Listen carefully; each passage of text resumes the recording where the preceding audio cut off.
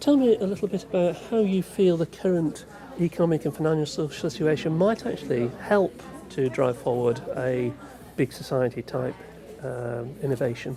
Well, it certainly can. I mean, the fact is we all continue to exist, whatever the economic situation is, and societies have to operate whatever the economic situation may be.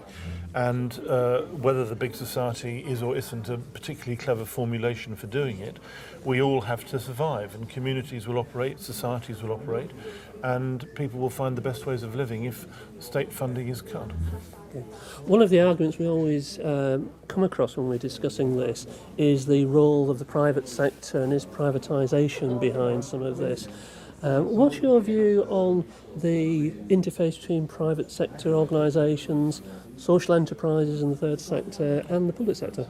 There simply has to be the interface. I don't like the word privatisation because I think that can only really be applied if you're charging for public services. For example, you were to charge people to go to the doctor or something like that. I would call it privatisation. Otherwise, every public sector organisation has an enormous range of interfaces with the private sector, whether you're a hospital or a school or whatever.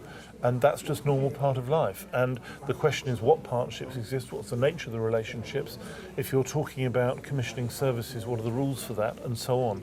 And I think that's the most constructive way to look at the discussion. And we hear a lot from the Cabinet Office paper about empowering people and empowering community organisations. What do you think are some of the prerequisites we must do to make that real? The most important thing is that community organisations should be able to have a genuine impact. So that means statutory organisations have to respond to them, people in getting involved feel it's worth getting involved in something that is there.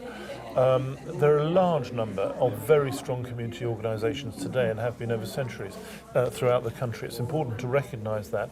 And I think the only thing I find slightly irritating about some of the rhetoric is the suggestion that here's a new thing, community organisations suddenly arise from out of the blue.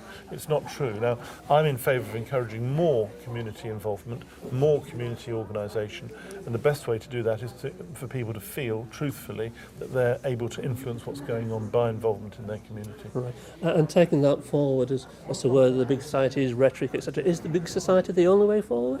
I don't think so. I mean, it is a form of rhetoric, and fine, I'm not against it. I think it's a good thing to do. But there are a whole variety of ways in which people can be involved. Take policing, which I was responsible for, neighbourhood policing, with people in their community talking to the local police officers about what the crime priorities are in a particular area, is a form of social and community engagement, which is very important. I'm not sure whether it fits the big society label, but it's still there. And there will be a large number of forms of different engagement. Charles Clarke, thank you very much indeed for your input today. Thank you very much. I've enjoyed it.